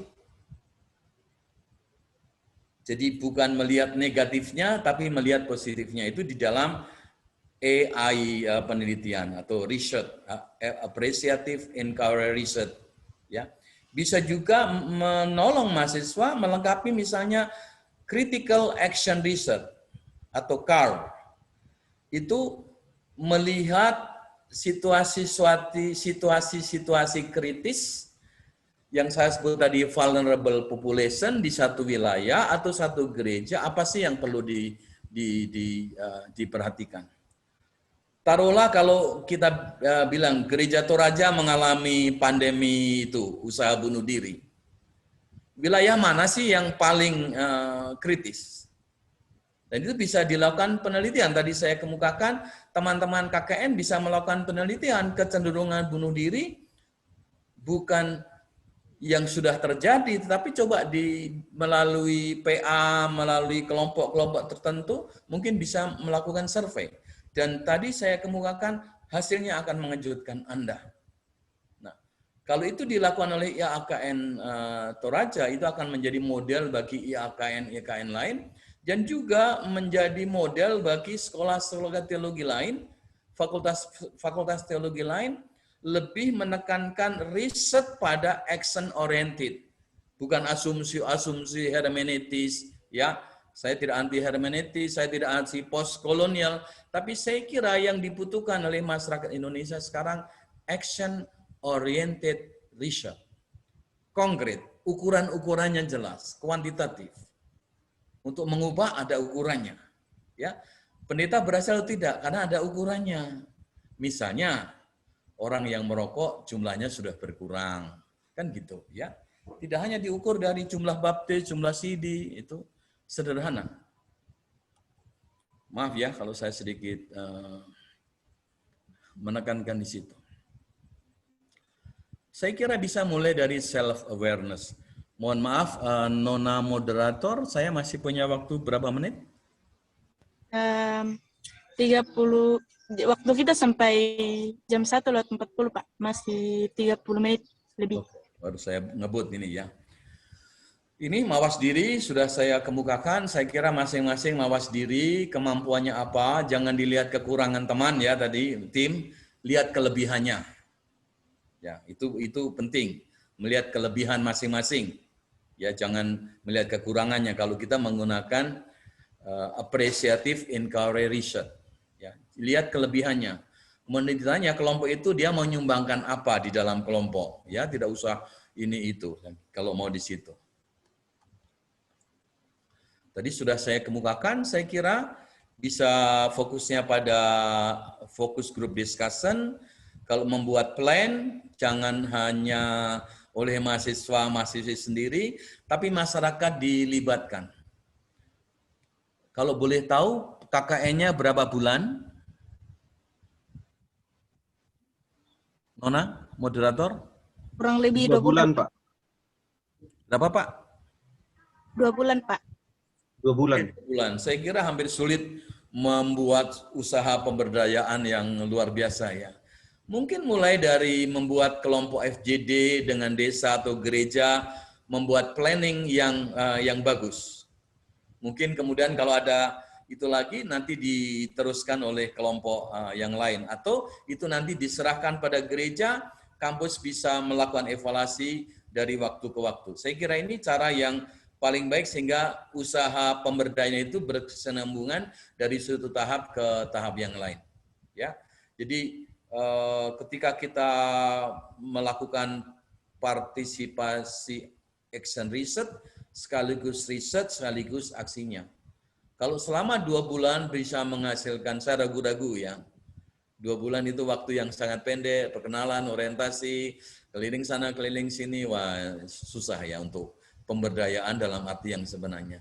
Tapi saya kira kalau seluruh kelompok bisa menghasilkan satu riset PAR yang baik dan membuat rencana, saya pikir itu sudah bagus. Kemudian nanti mungkin dievaluasi. Apakah mahasiswa misalnya diteruskan dengan skripsinya, membuat skripsi di tempat dia praktikum, tentu tidak semua, tapi mungkin ada yang tertarik, itu bisa menjadi usaha lanjutan. Dan ingat, ketika kita pemberdayaan, transformasi berarti membutuhkan waktu yang panjang dan usaha-usaha yang berkesinambungan dan melibatkan semua pihak. Saya kira itu long term tujuannya. Ini tips saya pendampingan individu. Tadi sudah saya kemukakan ketika masuk di setting KKN, pilih pasangan, individu, kelompok, keluarga yang bisa tanya kepada pendeta, bisa tanya kepada lingkungan, majelis, dan sebagainya. Kelompok-kelompok mana sih yang termasuk vulnerable population. Ya. Kemudian saya kira teman-teman yang prodi pastoral counseling sudah ada, buka hati, pikiran, telinga, mata, tubuh, tangan kita, kaki kita untuk hadir mendengarkan cerita. Selama 2 bulan, kalau boleh saya katakan, mungkin bisa mulai misalnya melihat apakah orang di situ ada yang mengalami kedukaan itu harus meninggal keluarganya, kehilangan pekerjaan, bercerai mungkin, ada anaknya yang bunuh diri, dan sebagainya. Saya kira bisa dilakukan. Yang dengan sungguh-sungguh. Ya. Kemudian juga menelusuri seluruh masalah, baik fisik, mental, sosial, yang terkait dengan masalah yang dihadapi oleh individu. Nah, sebagai pendamping, teman-teman mahasiswa-mahasiswi harus bersedia menjadi keranjang sampah. Keranjang sampah yang rapat. Itu yang disebut dengan psychological detoxification. Perasaan-perasaan negatif tentang diri sendiri, tentang orang lain, tentang Tuhan, tentang gereja, tentang jemaat harus dikeluarkan. Dan Anda menjadi penampung yang baik. Dan tanggapi dengan mengiyakan semua cerita. Itu yang teman-teman mahasiswa dengar dengan empati. Jadi kalau ada cerita, jangan berdebat, jangan memberi penilaian, tapi menerima semuanya. Dan itu berarti bahwa kita sebagai pendamping bersedia menjadi keranjang sampah yang baik. Saran saya jangan memberi penilaian, jangan berkhotbah, ya kan? Nasihat meskipun mungkin kelihatannya sangat teologis, sabar ya Bu, semua pasti sudah ada rencana Tuhan yang baik dan sebagainya. Saya kira hal semacam ini gampang kita ucapkan, tapi dalam praktek susah. Karena kalau kita sudah di depan orang, nanti nggak bingung apa yang mau dikatakan, keluarlah kata-kata klise itu. Ya. Sekali lagi, pendampingan adalah pendampingan dan bukan ibadah, katekisasi atau pengajaran. Nah, kalau teman-teman mengalami kesulitan, masalah yang kompleks, saya kira sudah sewajarnya dirujuk ke orang yang lebih ahli. Mungkin kalau di jemaat pendeta atau mungkin ada psikolog dan sebagainya, betapa pentingnya kampus juga menjalin kerjasama. Ya, kalau tidak salah rumah sakit umum atau jiwa di Rantai Pau itu dokter psikiater di situ sudah melakukan upaya-upaya tertentu bersama dengan sinode. Saya kira untuk menangani masalah-masalah bunuh diri bisa mengundang mereka melakukan virtual kesehatan mental misalnya. Saya kira penting sekali bagaimana menangani usaha bunuh diri, bagaimana menangani orang-orang yang mengalami gangguan jiwa.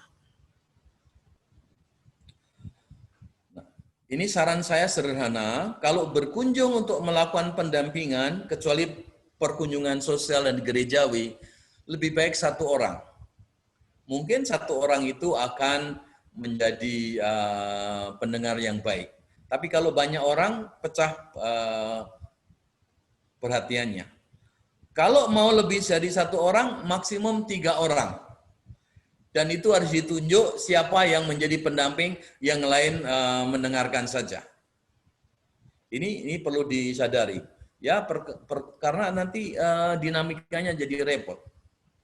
Ya. Gunakan kalau perlu menggunakan nyanyian, sarana keagamaan, Alkitab dan sebagainya boleh, doa boleh. Tapi perhatikan keterlibatan orang yang didampingi. Saya sebut dengan participatory pastoral care atau counseling. Contoh yang paling sederhana, kadang-kadang kan kita membawa Alkitab, membacakan ayat tertentu, ya kan, untuk memberi nasihat. Cara yang paling baik ya orang itu sendiri diminta memilih ayat favoritnya, kemudian merefleksikan, Apa maknanya ayat untuk itu? Kalau mau pakai nyanyian, bukan nyanyian yang kita siapkan, yang sudah latih 3 malam, 3 hari, bukan. Tapi nyanyian favorit orang itu. Ya, bahkan pengalaman saya pendampingan, kadang-kadang saya menggunakan doa Bapa Kami. Kalau doa Bapa Kami di gereja kan liturgis, nggak bisa diulang lagi kan? Wah, kok diulang lagi nih, nggak seru ya. Tetapi ketika kita melakukan pendampingan pastoral, doa Bapa Kami bisa digunakan, diucapkan dengan baik. Kenapa doa Bapa Kami? Karena doa itu kan orang pasti hafal. Kalau doa yang kita ucapkan sendiri, pengalaman saya kalau didoakan nanti Pak Pendeta ini mau doakan apa lagi saya, ya ngomong apa lagi. Jadi saya bingung, sibuk dengan pikiran itu. Tapi kalau saya diajak doa Bapa Kami, kan otomatis ikut. Itu namanya doa partisipatori. Bukan hanya pikiran, tapi perasaan and mulut. Karena itu otomatis. Tapi kalau doa yang Anda rancang sendiri, diucapkan, ini sudah amin, mau amin lagi, berekor lagi doanya, mau itu bisa berjam-jam tuh ya. Nah saya kira ini penting. Ya. Pengakuan iman bisa dipakai sebagai itu. Tapi diulang lagi, nasihat saya 3 kali. Pertama mungkin belum masuk, orang itu belum menghayati, diucapkan yang kedua belum lebih menghayati, yang ketiga lebih menghayati. Bukan hanya sebagai hafalan liturgis hari Minggu, tapi dipakai untuk pendampingan pastoral. Tentu kemudian harus ditanya, Ibu, menurut Ibu tadi doa tadi menyentuh yang bagian mana ya? Pengakuan iman tadi menyentuh yang bagian mana? Saya kira doa, Alkitab, nyanyian semua bisa dipakai. Tadi sudah saya beri contoh, paling bagus kalau menciptakan doa yang baru, yang cocok dengan pergumulan orang itu. Kalau perlu juga menciptakan nyanyian baru. Ya, saya masih ingat pesan istri, kalau berilah kami rezeki pada hari ini, diubahkan bisa, berilah kami kesembuhan pada hari ini. Sesuai dengan pergumulan orang itu. Jadi apa yang digumuli bisa diubah doa itu. Ya, itu tidak sesuatu yang magis kalau diubah nanti kita kena tulah atau kena karma, bukan ya. Saya kira ini bisa diubah juga sesuai dengan dinamika perasaan orang yang kita dampingi. Bisa menggunakan situasi alam, ya, bisa bernyanyi, bisa berdoa. Tadi yang saya kemukakan.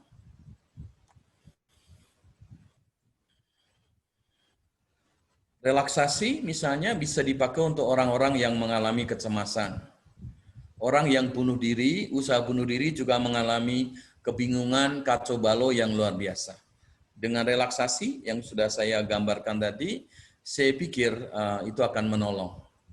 Karena orang yang mengalami akan bunuh diri, ya, mengalami trauma itu mengalami ketegangan yang luar biasa. Ketegangan fisik, ketegangan mental, ketegangan sosial, dan ketegangan spiritual. Salah satunya adalah relaksasi dari sisi teknik konseling. Ya. Ini bisa menggunakan bunga, ya. Saya pikir di Toraja cukup banyak, ya, bisa menggunakan bunga, mencium bunga, ya. Di Katolik ada kemenyan yang dinyalakan ketika ibadah itu membuat segar tubuh kita. Melihat pohon itu kena angin besar tapi tidak roboh. Tuhan Yesus kan menggunakan pohon, menggunakan alam, yaitu kita bisa membuat contoh, tidak usah dengan khotbah panjang-panjang. Bu, yuk kita ke pinggir pantai melihat pohon kelapa itu. Ibu tuh seperti pohon kelapa loh, kalau bisa lihat di situ. Pohon kelapa itu kena angin besar tapi tidak roboh-roboh. Nah, Ibu juga kuat loh, kan gitu. Air juga bisa dipakai, ya, kalau perlu merelaksasi, kakinya dimasukkan ke dalam air dan sebagainya, mungkin sambil doa, sambil nyanyi, yang pas untuk orang yang kita dampingi. Pohon bambu bisa juga dipakai sebagai ilustrasi, ya. Jadi bisa menggunakan alam sekitar kita. Teman-teman semua, di akhir ini saya ingin menutup, ingat rambu-rambu pendampingan. Ya, pilih tempat, situasi, kondisi, dan waktu yang kondusif. Ya. situasi yang tenang.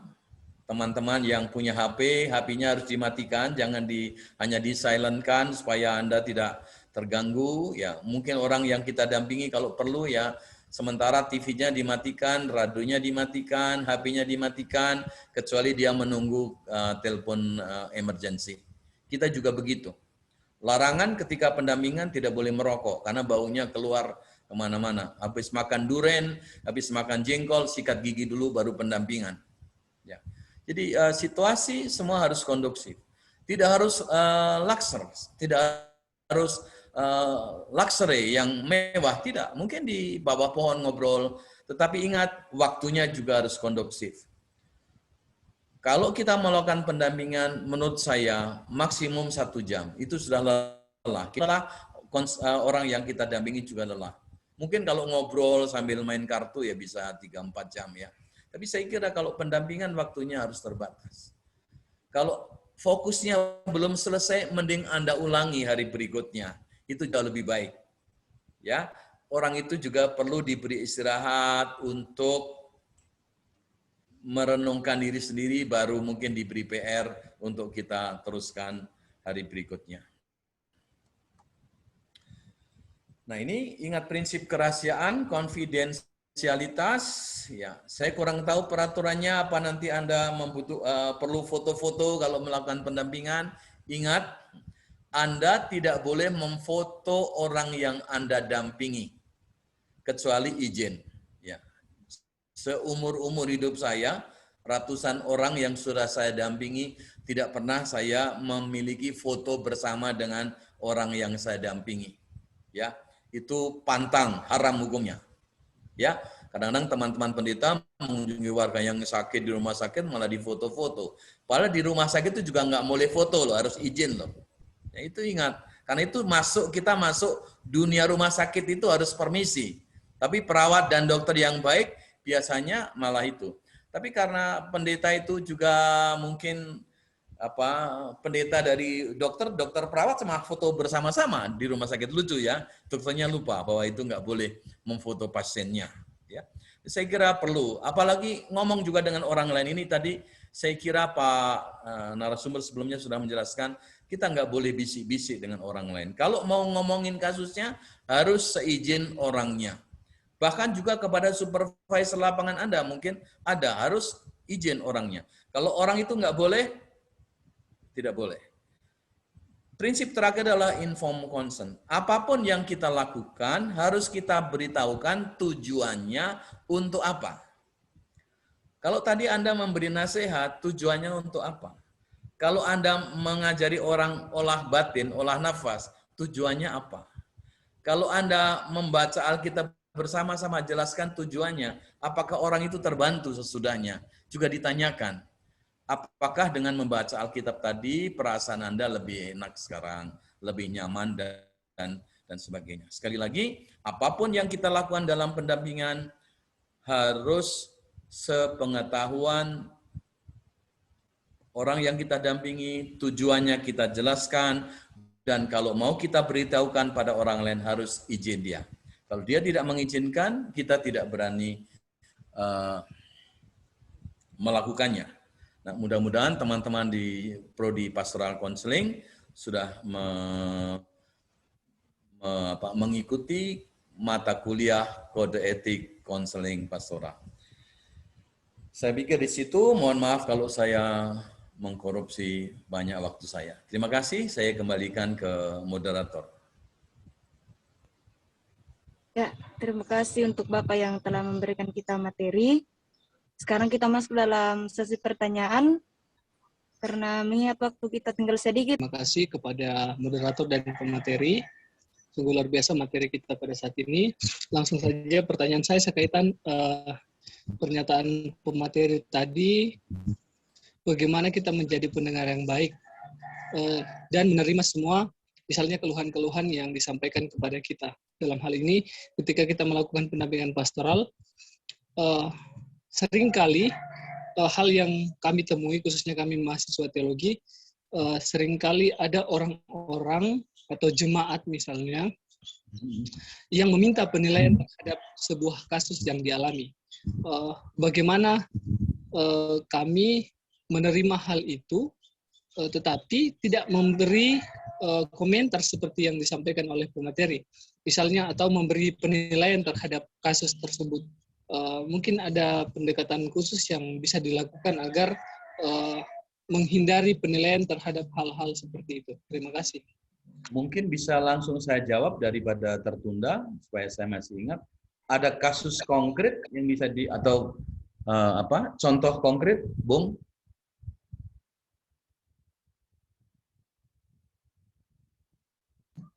Ya, baik, terima kasih. Misalnya kami di Toraja di sini, Pak, biasa kebiasaan dalam adat pemakaman di Toraja kan,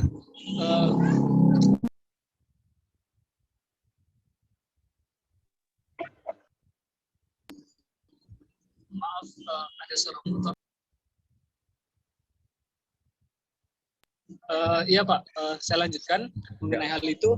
Biasanya ada hal-hal atau ritus-ritus yang dilaksanakan dalam adat pemakaman. Kemudian ada jemaat yang menanyakan hal itu, bagaimana kaitannya dengan nilai-nilai teologis, ataupun mereka mencari pembenaran akan hal-hal yang dilakukan dalam ritus pemakaman. Nah, bagaimana kemudian supaya kami boleh menerima pertanyaan tersebut tanpa memberi nilai yang kemudian dapat merusak hubungan atau relasi ataupun apapun yang berdampak terhadap pertanyaan-pertanyaan yang membutuhkan penilaian seperti itu, Pak. Terima kasih. Pandangan saya berbeda, ya, mungkin berbeda dengan pada umumnya. Sekali lagi, bahwa kita, pendekatan saya adalah integrasi budaya dan teologi. Ya. Saya sejauh mungkin tidak mempertentangkan antara teologi dan budaya. Ya. Saya belum tahu, karena ini kan tidak menyebutkan kasus konkret juga. Saya beri contoh di dalam budaya Jawa. Zaman dulu orang Jawa itu dilarang, Kristen Jawa dilarang upacara 3 hari, upacara 7 hari, upacara 40 hari, karena itu kan dari budaya Jawa. Nah, sesudah saya pelajari, ternyata itu kan pola pikir orang Barat yang dibawa ke budaya Jawa. Sementara itu kan penting bagi keluarga untuk proses menyelesaikan kedukaannya. Bayangkan kalau itu dilarang oleh gereja, dulu dilarang, dan gereja tidak melakukan apa-apa. Padahal itu kan punya makna. Jadi menurut saya, karena tadi tidak ada kasus konkret ya, saya kira sudah waktunya gereja jangan melihat budaya itu kulitnya, tetapi makna budaya itu apa sih?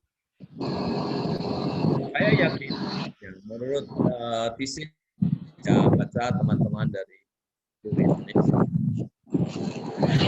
apapun adat yang dibangun oleh budaya itu pasti punya makna untuk mendampingi warganya yang mengalami kehilangan dan kedukaan. Itu sebagai prinsip. Ya, karena tadi tidak disebut kasus konkret juga, saya tidak bisa memberi nilai. Apapun ritus itu pasti punya makna untuk menolong keluarganya, warganya, komunitas yang mengalami kehilangan dan kedukaan. Tadi saya beri contoh, upacara 3 hari, ya. Kenapa 3 hari? Karena itu kan keluarga diberi kesempatan dulu untuk istirahat sebentar. Tapi dikunjungi kembali 3 hari dengan upacara. Agak jarang, karena dianggap juga kedukanya sudah mulai selesai, makanya dibuat 7 hari. Ada jarak 4 hari. Kemudian upacaranya 40 hari, itu ada jarak 33 hari. Kemudian upacaranya 100 hari, ada jarak juga. Jadi saya kira ini sebuah ritus yang dulu dikafirkan oleh gereja, ternyata menolong orang untuk mengingat kembali yang meninggal dan sebagainya, kemudian bersama-sama dengan jemaat juga dan masyarakat untuk mengatasi kedukaan. Dan ternyata kedukaan itu bisa menjadi penyakit kalau sesudah 3 bulan atau 4 bulan tidak ditolong oleh orang sekitarnya, sementara orang sendiri tidak bisa mengatasi kedukaannya. Ini tanggapan saya teoritis ya, tetapi karena mungkin bisa didiskusikan dengan saya lebih lanjut. Barangkali gitu, Bung Musa. Maaf kalau jawaban saya tidak memuaskan. Ya, terima kasih atas tanggapan dari Bapak, dan terima kasih juga untuk penanya Saudara Musa. Tuhan Yesus memberkati. Kemudian, jika masih ada teman-teman yang ingin bertanya, kami persilakan.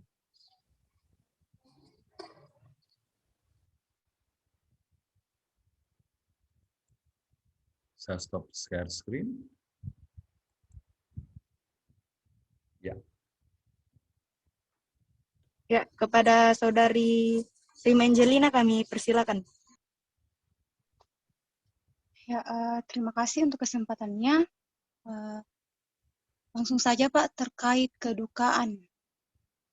Khusus daerah Toraja, kedukaan yang soal 3 bulan tadi ya Pak, untuk tidak ditangani. Di Toraja sendiri ini bahkan budayanya menyimpan mayat begitu Pak. Nah, pertanyaan saya, hal ini sangat berpengaruh kepada mental orang Toraja begitu Pak. Bolehkah pada kesempatan ini Bapak kayak menjelaskan begitu Pak?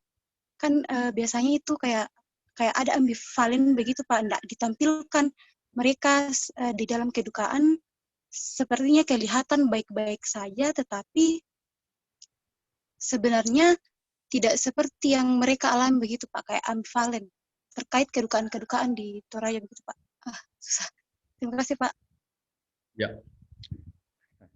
Ini saya bukan ahli budaya Toraja ya, tapi saya melihat dari sisi psikologi kedukaan. Perlu dilihat, kalau mau lebih lengkap, mesti dilihat etimologi dari tradisi itu apa sih. Ya.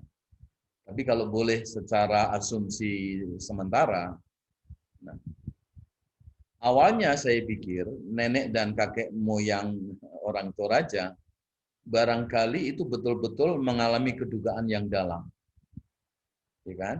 Dan menyimpan mayat itu menjadi satu bukti bahwa keluarga itu belum bisa menerima kenyataan bahwa keluarganya meninggal dunia. Yang semula bersifat psikologis diubah menjadi adat. Itu saya kira shifting-nya di situ perlu dilihatnya. Perlu dilihat, tadi saya kemukakan, apapun yang dilakukan, ya, nah, dalam pendampingan gerejawi, fokus kita kan bukan pada orang yang ditinggalkan, tetapi yang meninggal. Sebagai contoh, kalau ada warga gereja yang meninggal, kan ucapan kita, rest in peace, RIP ya. Coba perhatikan betul-betul secara rasional. Ketika kita memberi catatan rest in peace, itu kita sedang memberi komentar yang sudah pergi atau yang ditinggalkan? Nona siapa tadi? Yang tanya tadi. Siapa? Rima. Apa? Rima Angelina. Rima Angelina, coba secara itu. Kita kan khotbahnya bahwa dia sudah pergi bersama Tuhan, di samping Tuhan, kan gitu ya. Pasti dia diberi apa sesuai dengan amal ibadahnya kalau orang Muslim. Dia sudah tenang, Tuhan lebih cinta dia daripada keluarga, kan begitu ya. Dia sudah tidak sakit lagi. Tetapi ya, dinamika psikologis, mental, spiritual yang ditinggalkan diperhatikan enggak? Kan kurang. Khotbahnya kan selalu menceritakan yang sudah pergi, itu betul. Tetapi tugas pendampingan, kalau yang sudah pergi, pasti itu Tuhan yang mendampingi. Kita nggak tahu lagi kan. Tetapi ingat bahwa kita ini punya tugas mendampingi yang ditinggalkan. Yang hatinya masih memberontak, yang belum rela, barangkali di situ. Nah, apakah asumsi saya betul, postulasi saya betul, menunda pemakaman, menyimpan itu merupakan bagian dari perasaan yang belum hilang. Kalau orang Jawa itu tega betul-betul lepas itu 3 tahun. Itu dari tradisi. Makanya orang Jawa kalau sudah 1000 hari itu hampir 3 tahun itu disimbolkan dengan melepas 3 burung darah putih. Itu menjadi bukti bahwa keluarga betul-betul sudah menerima kenyataan keluarganya meninggal. Itu perlu waktu 1000 hari. Dan ditandai dengan membuat nisan yang baru. Nah, dari sisi budaya Toraja perlu dilihat itu. Berapa hari sih sampai pemakaman yang betul-betul. Nah, itu berarti itu adalah sebenarnya masa kedukaan. Mungkin saya bisa keliru ya kalau nanti bertentangan dengan pandangan sinode dan sebagainya. Cara yang paling baik gereja memberi pedoman, membuat pedoman bagaimana menyimpan jenazah dengan baik secara teologis dan juga secara psikologis supaya tidak menimbulkan dampak-dampak tertentu. Saya kira ini yang perlu dilakukan. Dan ini berarti kalau itu bisa juga melakukan transformasi cara berteologi. Berarti juga transformasi cara itu. Nah, apakah sebagai contoh, ketika orang sudah upacara penguburan, gereja masih mendampingi enggak 3 bulan ke depan? Saya perlu mempelajari berapa lama orang Toraja menguburkan jenazah yang masih disimpan di rumah. Saya perlu tanya keponakan saya yang orang Toraja juga, ya itu. Ya. Jadi, tapi kalau saya tanya dia, si Eti, dia bilang, wah nggak tahu itu artinya Om, katanya gitu. Karena orang Toraja baru beda dengan orang Toraja, dia sudah tinggal lama di Makassar, di Papua, di Jakarta. Ya. Tapi saya kira yang penting perlu dilakukan oleh gereja meneliti kembali makna secara tradisi. Ya. Tradisi itu maknanya apa? Apa bisa diterima atau tidak? Kalau bisa diterima diintegrasikan dengan teologi yang baru, yang juga pemahaman teologi baru, ya. Karena banyak asumsi teologi ini juga karena tidak dikenal di Barat itu. Tradisi Barat kan berbeda dengan tradisi kita, ya. Tradisi Barat pun ada untuk mengenang orang yang meninggal dan sebagainya. Kita nggak punya itu. Kita punya tradisi yang berbeda tetapi maknanya sama. Pasti ada unsur kesamaan. Mungkin ada unsur perbedaan. Tapi sesuatu yang berbeda tidak harus dipandang secara negatif. Dari sisi peka budaya ya, itu. Barangkali itu jawaban saya. Kalau tidak memuaskan, mohon maaf. Dan ini saya kira isu atau hal yang perlu kita diskusikan lebih lanjut. Gitu. Saya kembalikan ke moderator. Ya, terima kasih atas penjelasan dari Bapak. Terima kasih juga untuk Saudari Rima yang boleh memberikan pertanyaan. Sekarang sudah menunjukkan jam 1:30.